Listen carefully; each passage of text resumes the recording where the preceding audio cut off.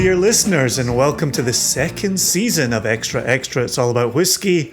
I remain your devoted whiskey wizard, and I am joined, and I must admit, it is my pleasure to be joined with the one and only whiskey cherub, Joshua Hatton. Welcome to 2021, Joshua. Thank you. You are welcome.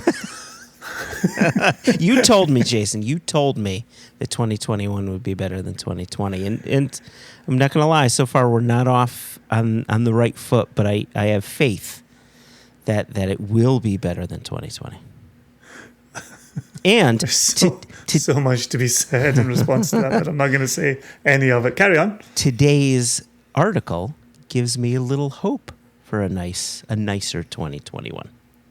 As you bring up the subject of today's article, just a reminder that in Extra Extra, Joshua or I, whoever's turn it is, will bring an article on the whiskey news to the attention of the other. We'll spend the first half of the episode reading through it, sometimes editorializing. Then we spend the second half of the episode riffing and chitting and chatting and going back and forth on the contents of the article, and we try to get out of here in a tight 30 or a tight 35. There were those, when we closed out season 1 with a double episode, there were those who said, I knew they couldn't stick to a tight 30 or 35, and I am here to say to those doubters, those haters, wow. Today we are back with a tight 30/tight 35. Guess who's back? Yeah. So tell us your title, tell us your author, and then we'll get into this article. Before I tell you the title and author, what I will have to say about this article is you can have two different approaches to the subject matter, and depending on your approach, that will affect both the headline and the body of the article. Right? Because what we're about to read, there's a bit of opinion going on here. And I'll read it, and then, of course, in the second half, we'll inject our own opinions in here. But I'm going to read the article as it is. And so the headline is titled, The Incredible Shrinking Liquor Bottle. Interesting. I have not seen this article, so this is all fresh. Whenever it's your turn to bring an article, I do try and avoid the whiskey news for a couple of days. So good. Yep. This is ideal. I have no idea what you're about to read to us. So it's by Wayne Curtis, and this was in the Daily Beast, and the subheadline, or the subheader, is that what they call it, the subheader? Reads, distillers in the U.S. can now use this smaller 700 ml bottle that is standard in most parts of the world. So what does that mean for consumers in America? So here we go. The article was written on January 14, and it starts off, did you see the birth announcement?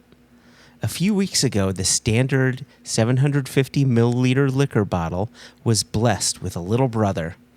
The new bottle looks just like its older sibling, but is 6.667% smaller, holding 50 milliliters less. And as younger brothers sometimes do, the little scrapper may very well overtake and displace his older brothers in the coming years as 700 milliliter bottles gradually replace those holding 750 milliliters. In theory, the shift to the smaller bottle will mean the price of liquor will be 6% less. Yay! But if history is any guide, the price break won't actually happen. That means you'll probably be paying the same for less. Boo! And he's not wrong there. I don't think he's wrong. So, it continues. Here's how the newcomer arrived and why. The feds have regulated the size of liquor bottles since the 1930s when Prohibition was repealed. The U.S. Congress gave the agency that would become the Alcohol and Tobacco Tax and Trade Bureau, TTB, the authority to regulate bottle sizes for two key reasons. To prevent sellers from deceiving consumers by shorting them, and more critically, standard sizes make it easier to track federal taxes companies owed on liquor they sold. Regulations rolled out in 1934 and 1936 that designated a roster of imperial units that could be used to sell liquor. That included the familiar quart, pint, and fifth, the fifth being a fifth of a gallon. But also oddballs, including the 1/16th pint, that is an ounce, which was available only for brandy. The feds allowed 38 different bottle sizes. This set of measures lasted several decades until President Gerald Ford signed the Metric Conversion Act in 1975. And that made the decimal-based metric units, quote, the preferred system of weights and measures for United States trade and commerce, end quote. The TTB followed up a year later, mandating a change from imperial to metric. Producers had 4 years to phase out the old and bring in the new. Allowed bottle sizes were limited to 6, ranging from 50 ml, which is, we call it the mini or the nip, up to 1.75 liters, also known as a handle. Handle. Of course. Yeah. Why wouldn't you call it a handle? Well, because they had a handle. That's how you picked them up. You get a handle of it.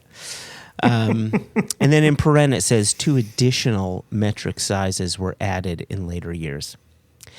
Ads in newspapers featured helpful metric conversion tables to ease consumers into the new and disconcertingly European era. So why was the 700 milliliter bottle added to the metric family last month? Blame a global coalition. In this case, distillers, distributors, and exporters all pressed for allowing new sizes. It wasn't a new attempt. Washington State, for instance, lobbied for the change back in 1987, arguing that restrictions on size stifled price competition. The feds didn't agree back then. This time, those pushing anew for change argued that the United States had become an isolated island of 750 milliliter bottles amid a sea of 700 milliliter bottles, the standard size most everywhere else in the world. India is one other significant milliliter island, and he doesn't list it here, but South Africa is another. So those wanting to export liquor from either the U.S. to Europe or vice versa had to order 2 sets of bottles and calibrate their equipment for 2 separate bottling runs. That was nobody's idea of a frictionless trade. Yep, that's correct. The TTB was now so receptive to the change that it actually proposed eliminating all size restrictions a couple of years ago. If a distiller wanted to bottle their devil's liquor in a 666 milliliter bottle, they'd be welcome to do so. Regulators noted that one of the original reasons for establishing set sizes to monitor liquor taxes no longer applied. Quote, limiting standards of fill is no longer necessary to ensure accurate calculation of tax liability or to protect revenue, end quote. The TTB noted in 2019, noting that it now, quote, verifies tax liability on the basis of producers' production and removal records, end quote. Okay. Yep, I've seen those books. All right. We got a bit more to go here, but please stick with me. There's a lot of information. Let me just interject for a moment. Yeah, go ahead. Can you imagine what a world with no regulated size? Like that's incredible to go from, listen, you're all doing 75s and then maybe, a liter here and there. And now you can do whatever you want. Like, could you imagine designing it, just as the example Wayne gives here, a 666 ml bottle? Like, I think that would be a bit of a nightmare for retailers, right? Can I give you? Yeah, go ahead. Yeah, no, carry on with your nightmare for retailers. You base your shelves on standard bottle sizes. Now, given that, there are some unusually shaped bottles and some unusual packaging that always kind of mucks up the works, but for the most part, the vast majority have similar size bottles, similar size shape, similar size outer packaging, etc. It is something, though, when you can go from a 750 ml Balblair bottle or a Glenrothes bottle to the same 750 ml Compass box bottle. Yeah, right. You're occupying very different spaces on the shelves there. Yeah. No, just very quickly before we jump back into the article, the corollary for me is you and I are vegetarian. Invariably, we go into a restaurant. Cast your mind back to when we could go into restaurants. And as a vegetarian, you invariably have a couple of options. And you go, okay, I'll do this one or that one. To me, that's the 75 or 70 ml option, right? Mm-hmm.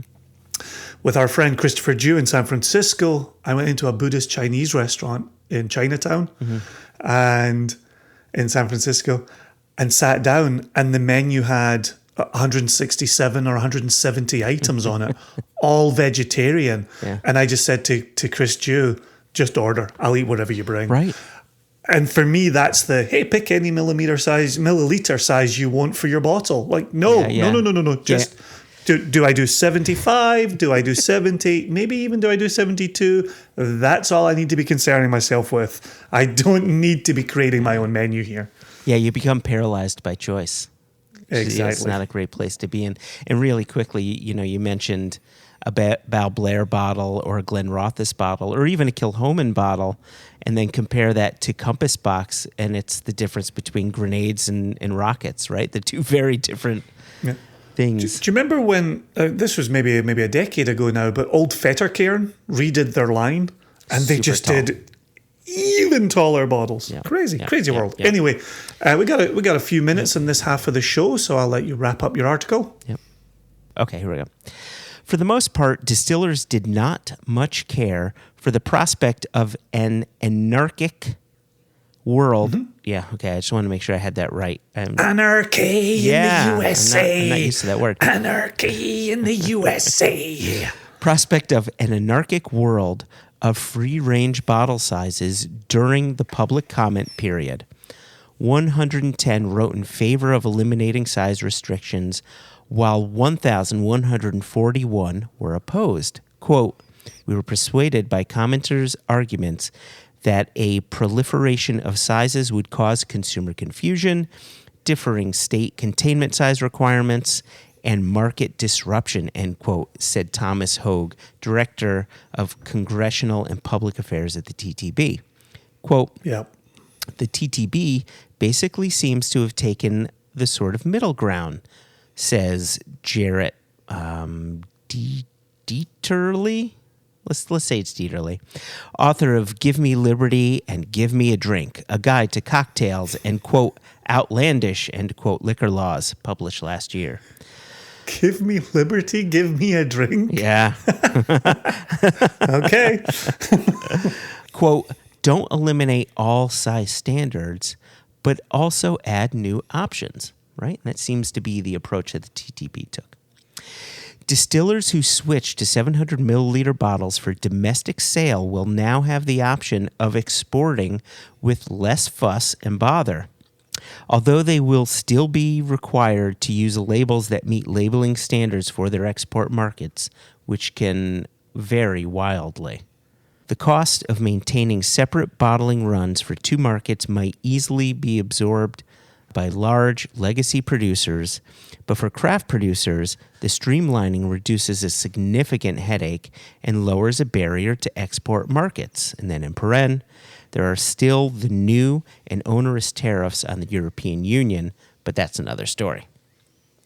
All right, we're getting close here. Maggie Campbell, the president and head distiller of Privateer Rum in Massachusetts, is in favor of the 700 milliliter bottles since Privateer has begun to explore markets overseas. And she believes the smaller bottles will prove popular with bartenders since they are marginally easier to handle. That's a very interesting point. She recommended that the craft distillers make the switch to smaller bottles, as Privateer is considering, quote, when we run out of 750 mLs that we have in stock, we will likely go to only 700 mLs, she said. Will slightly smaller bottles be followed by slightly smaller price tags? It's too soon to predict, but if history is any guide, you might not want to bank on your savings just yet. let me put this out there really quickly.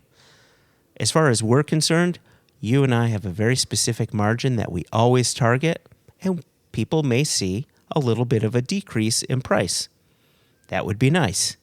Will the rest of the industry take that route? Likely not. Don't count on it. Just move on with your life, and it'll be old news. Yeah.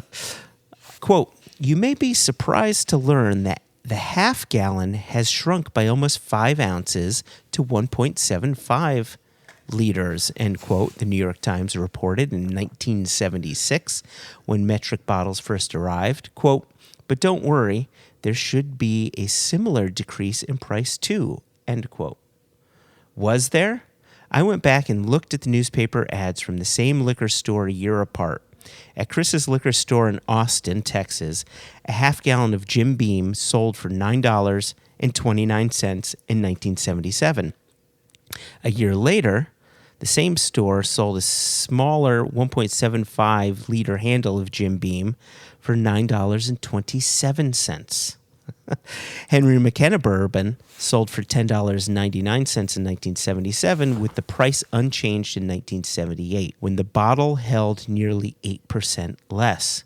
Do not be distracted by the low price of half-gallon whiskey. The point is that liquor producers or liquor stores pocketed the bonus. Quote, I think it's one less dram we get per bottle that they'll charge us the same amount for, wrote a commentator recently on Reddit. No name attributed to the person. Questionable practice. But you know what? I think it's good to put that in there because that one random person represents probably a large number of people, right? I don't think it's bad to put that out there. Anyway. But you could also be the author of the piece saying, here's a position.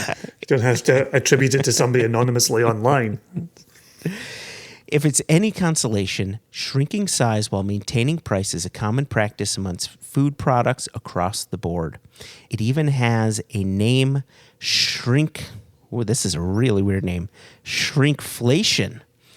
And it can affect everything from coffee, bags switching from 16 ounce to 12 ounce, to laundry detergent sizes, to tea a box that once contained 20 bags and will remain the same size and price, but now only holds 10 bags.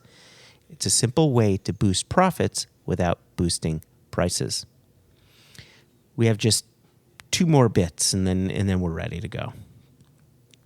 Sad, I know, but because you've endured so much over the last year, I'm saving the good news for last. The 700 milliliter bottle size surely means more rare products from abroad that will find their way to American shelves.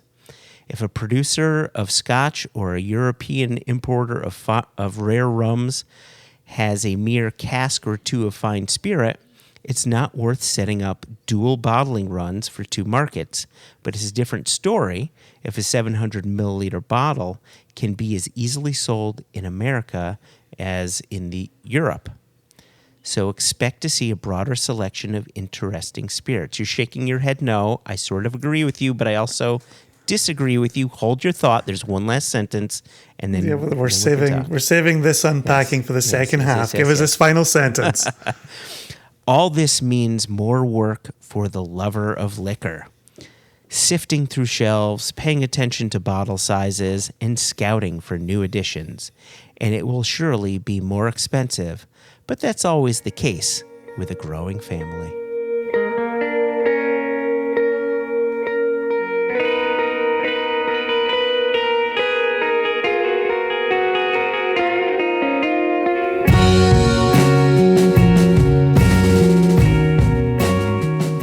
I appreciate you bringing this particular article to the attention of Extra Extra and our dear listeners. Mm-hmm. There are a number of aspects that I want to unpack here, and one that's clearly sticking out in my mind is the one that was brought up at the tail end of the article. Mm-hmm. And so if we could even maybe reverse this in form, because I was shaking my head no, really from both personal and then professional experience. When I first saw this announcement, and you and I were recording, was it the last episode of Extra Extra when this news broke and we got that? Yes, that's 100% correct. Yep. Right? And as soon as I heard it, I thought, what tremendous news. Those 70 CLs, those special releases that never come to the United States, now we're going to get to see them. This is great news. And then we carried on with our winter vacation. We came back in the new year. We started looking over our labels for the United Kingdom and Europe. And you and I quickly realized that while your bottle size might be consistent, the labeling is not. Correct. And there are some requirements that Europe makes. For the one that jumps to my mind right away is the pregnant lady, the no pregnant ladies sticker on the back label, where they're not recommending one drinks this while pregnant. Correct, and the little recycling thing on there too, and right. So there are things that we need to do for our European labels that we can't simply do a single run and then include the United States as a market where those bottles destined for UK and Europe can now be brought in. So while, yes, 75 allowing for the 70 is good news, there are still wrinkles, and it will be interesting to watch what major producers do in the face of that. The other flip of that, or let me do this is better said. Another side of that, though, is American producers who export overseas. And I had this conversation over text with Michael Nolan. Will we now see American producers starting to use the 70 as their go-to size and have that be single runs with some different labeling that then goes overseas? And now, once the tariffs calm down overseas, will we see greater exports? Because American producers don't have to worry about bringing in the 70s. In addition to the 75s, they might just move to 70s full time. Yeah. And I have no idea right now what the answer to that question is, but it is another side of the coin. Correct. When we first read this story on the last episode, like you, I said, oh my gosh, this is fantastic. Our lives just became that much easier because we have to worry about, one standardized size of dry goods and blah, blah, blah. And yes, I thought that labeling issues could still be a sticking point, and they will still be a sticking point, but they are a much easier obstacle to overcome. And I can tell you there's plenty of special releases that we've missed out on here in the U.S. because of bottle sizes. I'll give you one that's very recent. The Glenallachie came out with a 21-year-old cask strength, 21 years in sherry casks, and it sold out in, less than 2 seconds outside the U.S., and it got all sorts of awards and blah, blah, blah. And being with the importer of the Glenallachie, you can imagine how many people reached out to us and said, where is it? When can we get it? The fact of the matter is, Glenallachie didn't have enough 750 milliliter bottles to do any for the U.S. So they just put it all in 700 and Bob's your uncle. They most certainly would have created American, U.S. specific labels, put them in 750s if they could, or if at that time we in the U.S. could accept 700 milliliter bottles, all they would have to worry about are the labels. So it is a possibility that we will get more special editions. I wouldn't necessarily assume that we will share single casks with the rest of the world because, UK, Europe can all use a similar labeling system with no issue. But here in the US, that is still quite different. So I think the next step for the TTB, if we're looking to make an even playing field for everyone, is creating a global standard for labels and labeling issues. Yeah, that would be a thing to see. Having said that, you've just had the UK leave Europe because it was tired of being told what to do by a centralized bureaucracy. And here we are saying, well, maybe we'll get to global labeling. Just think how many, like the author in our piece, think how many are in search of liberty. And having your own label is important when it comes to liberty. I would say the UK left because of racism, but that's another story. Continue. There's some unpacking to be done there. One of the things that I've been seeing from friends of ours, whiskey geeks, just like us, asking that question, how many producers do you think will move to having 70 CL globally? And how many do you think will hold on to 75 CL in the United States? How many will use it as a point of difference to, just as Wayne is suggesting here, you might go down 5 CL. You're probably not going to go down in price. Do you foresee producers sticking with the 75 CL and saying, look, we're still bringing you more whiskey. We're still 5 CL up on our competitors? I see producers outside of the U.S. gradually, over maybe a period of around 2 years, switching to exclusively 700 milliliter bottles, almost exclusively, right? Again, they have to service South Africa and India and any other market that goes with the 75 CL or the 750. But I see Scotland and other and European countries making the switch. As far as the U.S. goes, I think that could take a little bit longer. First, we would need to see the tariffs on U.S. products go away in Europe, and then that would encourage U.S. producers to start selling into Europe again, and that may be the slow push down the hill they need to make the switch. But you've got a lot of American drinkers, bourbon drinkers, who are going to be pissed off if their bottle of Henry McKenna goes from 750 to 700. They're going to be upset. So it's going to be interesting watching American producers. But I think producers outside the U.S. are going to make that switch. And that's where I'll be watching closely to see how much does making a point of difference matter, and how much does streamlining your dry goods matter? Because I could see in the early running and I think it will come down to whose 75 CL stocks are dwindling and who only wants to renew an order for 70 CLs. That's what goes to your warehouse. That's what sticks there.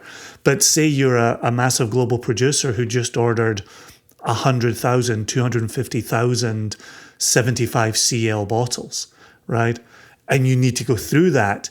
You're going to polish that turd, and you're going to be busy telling your consumer, hey, we got your back here. We are still 75 CL, knowing that as they work their way through that 75 CL mountain, by the time it's done, they'll be making the switch over to 70 CL as well. Because we know that dry goods are king. Dry goods are king. There's no doubt about it. And what I'm about to say may be an unpopular statement with some people, but I'm personally looking forward to a standardization of 700 ml for spirits, period. I like seeing our world becoming a global community. I like the idea of the U.S. not being so solitary and maybe joining the rest of the community. And granted, a bottle size, what's that going to do to join the rest of the community? It's one thing, right? And it does include trade, and I like that. And are we going to get a little less liquid in our bottle? Yeah, we're going to get a little less, but I don't know. I'm not fussed. I'm gonna come back fussed. to that aspect in just a second. Make it quick. because of Mr. Curtis bringing that up. But is India exclusively a 75 CL market, or are they a bit like Canada where they'll allow 75 and 70? It's a good question. I did some research ahead of time and saw that, and now this was from 2014, I saw that India had 3 standard sizes, 180 milliliters, 375, and 750. What I don't know is if India can import 700 ml, but only produce 750 ml. That Yeah, unfortunately I yeah. couldn't find. And to be honest, I would imagine that's the case, seeing how huge a market India is for Scotch whiskey. I want to assume that's the case, but I cannot say for certain. Yeah, I don't know. As we always have with our listeners, if you know more than we do on this particular topic, please write in. Please put a note on the One Nation Under Whiskey Facebook page, as many of you have done previously. It would be good to know from those who know India and know that market. As you can tell, it's not a market we're in. So, but I wanted to come back to what Wayne Curtis is talking about in the article here about you're gonna get less whiskey, but you're gonna pay the same price. Mm-hmm. And it's one of those interesting positions that we hear so often when someone is representing the consumer, is there's often a concern that the wool is being pulled over the consumer's eyes. There's something nefarious afoot here. Mm-hmm. And I'd be willing to argue that if your costs increase year over year, but in that year your bottle size decreases, I could see a reason for why your whiskey is the same price the year after a bottle change as it was the year before the bottle change. That's right. A good point. Yep. Right. So we know there's economics at play here. Nothing is constant. And one of the things we just had, now that we are in our 10th anniversary year, Mazel, Joshua. Mazel to the tizzle. Appreciated. We did our State of the Nation email at the start of January here when we said, here's a Kilchoman 4-year-old that we released, and here's an Arran 12 that we released, and the Kilchoman was $95 for the bottle, the Arran 12 was $110. Over the course of 10 years, our prices haven't changed. No. Maybe as much as they should have, right? You and I have always fought, thankfully it's our company, we have fought to keep our pricing consistent year upon year upon year upon year, finding a way to keep putting money back into the pocket of our nation members. And as we make a move from 75 to 70, our pricing won't necessarily go down, but it might give us a reason to not have to put our pricing up. Exactly. And the last thing that I will say to that is, you and I recently went through our pricing matrix to see how our costs would be affected switching from a 75 CL bottle to a 70 CL, or for today we'll call it 750 and 700. And the final case cost, the final, our total cost and the final price, and the difference between 75 and 70s was nominal. It was less than that 6.667%, because you have to include the cost of the glass remains the same. The cost of the labels remain the same. The cost of the capsules and the corks and the labor all remain the same. So in the end, that 6.667 becomes more like 2.5%, 3%. And then you put it into transportation, importing, distribution, federal taxes, et cetera, et cetera. At the end of the day, maybe people would be saving 75 cents. Maybe they'd be saving $5. Like, it's nominal. It really is, at the end of the day, pretty nominal. And let me just add this. While I appreciate Wayne Curtis's approach here, he's not including everything else that's involved in whiskey. And when it comes to whiskey, that's the easy part. The whiskey's the easy part. It's the getting it bottled. It's the buying the glass. It's the getting it shipped to the U.S., etc. That's where your real costs lie. Yeah, agreed. Absolutely agreed. And that's why I often worry with that tone that seems to suggest the industry is pulling the wool over the eyes of the consumer. Because in my experience, that's not the case. We might be dealing with it with the tariffs, these 25% leaps. Who's trying to protect consumers? Who's pushing it right onto consumers? Who didn't actually pay tariffs, but started selling bottles as if they did pay tariffs, right? I understand some of that is in existence. Generally speaking, I think the industry is pretty straightforward and pretty transparent. But the last thing I'll say about this, when it comes to increased costs, I'm much more concerned about the currency exchange rates and the strength of the dollar versus the strength of the pound versus the strength of the euro, etc., than I am how going from 75 CL to 70 CL, how our wallets will be affected by that. I think currency exchange rate is something we should be much more concerned about. Perfect. Gives us a place to focus our eyes. Yeah. If you want to drop us an email, you've got a story you think we should cover, you can email us at questions@onenationunderwhiskey.com. No E in whiskey. You can find us on Facebook. We are One Nation Under Whiskey. We have a page. We'd love you to be a part of it. Please go drop your comments there. Joshua, thanks to you for bringing us the article. Thanks to Wayne Curtis for taking the time to write it and post it on the internet. You are the Whiskey Cherub. I am the Whiskey Wizard. You out there are our dear listeners, and we'll be back in 2 weeks with another episode of Extra Extra. It's all about whiskey. Cheers. Cheers.